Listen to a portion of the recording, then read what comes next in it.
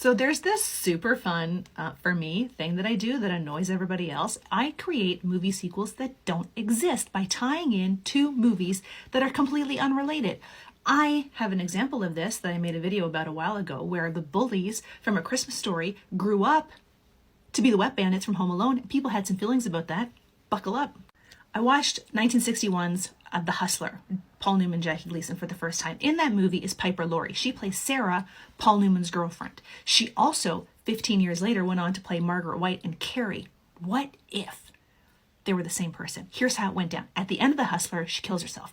Don't say spoiler alert. It was 1961. What if she didn't actually die? On the way to the hospital, the paramedics were able to revive her. She was clinically dead for 2 minutes. In those 2 minutes, she found Jesus. So now she is filled with religious fervor, finds out that she is pregnant, doesn't want Paul Newman to know because she needs to start a new life. She moves to probably Maine, because that's where all Stephen King books are, moves to Maine, changes her name to Margaret White.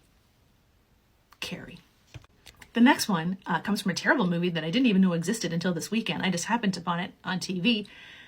It was called National Security with Martin Lawrence and Steve Zahn. So this is Steve Zahn in the movie. He plays a police officer. Let's just say after the end of this movie, he falls on hard times. Maybe he's gambling, maybe he's drinking. We don't know his backstory. But he reappears just a few years later as a man who lives in a van down by the river.